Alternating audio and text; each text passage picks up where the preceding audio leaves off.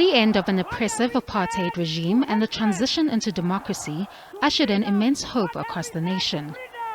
The promise of a society where all were equal was seen as a vision that was attainable. Negotiations flowed to draw the country's future. A date was set for South Africa's first non-racial elections, which was communicated by then ANC chief negotiator and now president of the country, Cyril Ramaphosa. As well as the resolution on the setting of an election date within 4 weeks as a clear victory for the negotiating process. These two decisions have raised, in our view, the stature of the negotiating process. They will serve to invest more hope and confidence by the millions of our people. All who form part of the budding Rainbow Nation queued up to cast their votes and play their part in shaping this newfound democracy.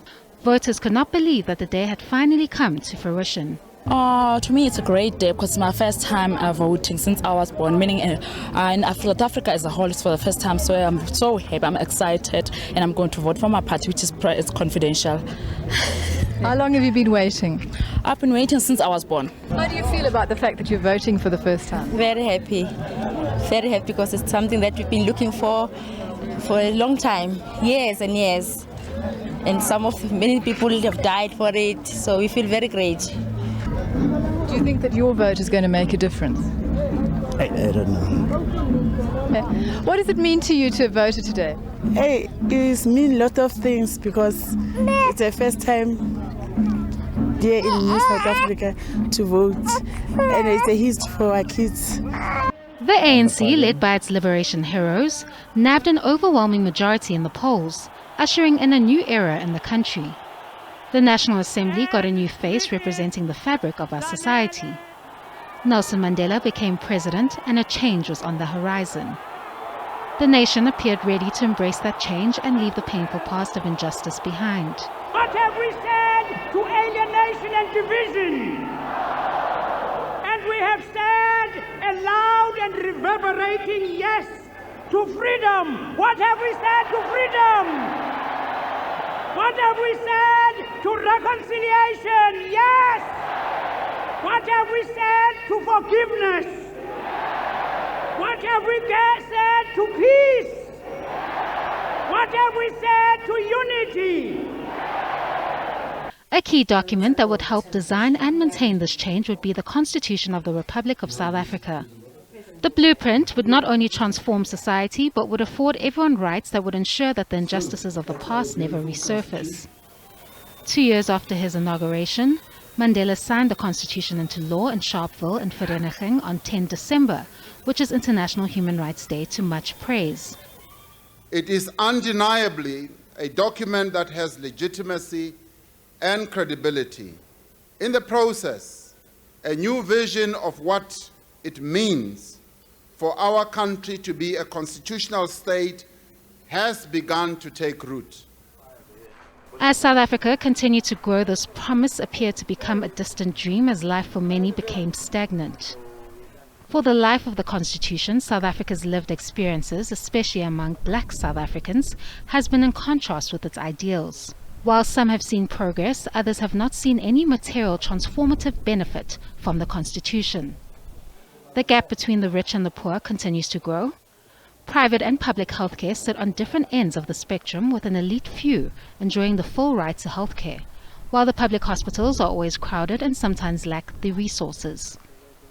The majority of black South Africans continue to languish in poverty, and land reform has not been achieved, prompting many to conclude that this highly regarded document may not be worth more than the paper it is written on. It only works for those people who are up there.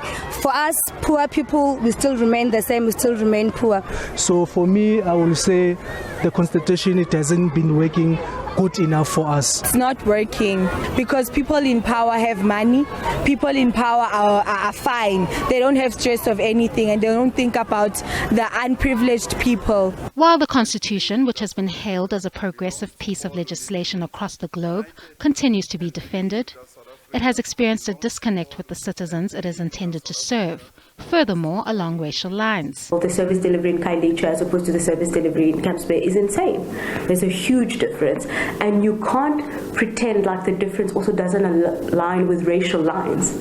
Of course, the same people who were in townships in 1994 are still in townships now, and this is something that we have to face with. So I'm not going to come here and say the Constitution alone is doing exactly what it wanted to do. Of course not. Another constitutional law expert, Advocate Tembeka Ngcukaitobi, previously argued that the problem lays in the ANC's failure to implement the Constitution. He referenced the land question as an example. But there is also no doubt that part of the story is the failure of the ANC to implement the Freedom Charter and to implement the Constitution itself, because one must remember that land justice is not only ANC policy. It's ANC policy that's been translated into a constitutional claim. The lyrics of the songs of struggle, which were heard during apartheid, continue to permeate and carry relevance in the democratic dispensation. And so there is a burning bush, and our country is on fire. It is on fire, but it is not destroyed yet. You know why? Because you and I have a challenge to intervene. When are we going to say, thus says the Lord, let my people go? Next year, comrades, is not far. Are we ready to go and see what makes this bush not to be destroyed, despite the fire? How did the nation get here nearly 30 years into its democracy? One of the chief negotiators for the National Party during the transition of the 90s, Roelf Meyer, says the answer is not in the Constitution, but rather what did not happen after 1996. The facts speak for itself, and what you're saying is probably to a large extent, unfortunately, true. But the blame for that doesn't lie with the Constitution. There are many other factors that contribute to that. Meyer, upon reflection, concedes that the representatives who helped draft the legislation forgot to consider the how.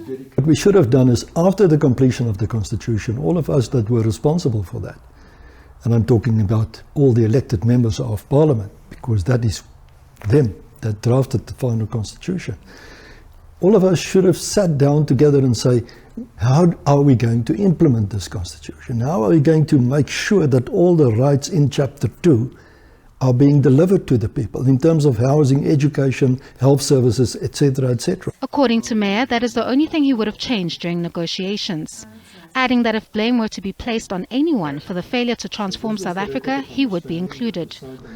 If blame is to be put, I include myself, but also the newly elected representatives on behalf of the people, because they should have taken responsibility. All of us should have taken responsibility. I was still there. I was part of the government of President Mandela. I was part of the elected parliament. And I think that is the blame that we have to face ourselves today with, is to say we didn't sufficiently take care of what needed to be done to make sure socio-economic transformation takes place. South Africa will head to the 2024 elections, which has been described as the current generation's 1994. The ballot paper will contain many more options as the political landscape begins to take a different shape, and the country grapples with its many challenges. A united and democratic South Africa, where all enjoy the fruits of equality, remains a distant dream for some.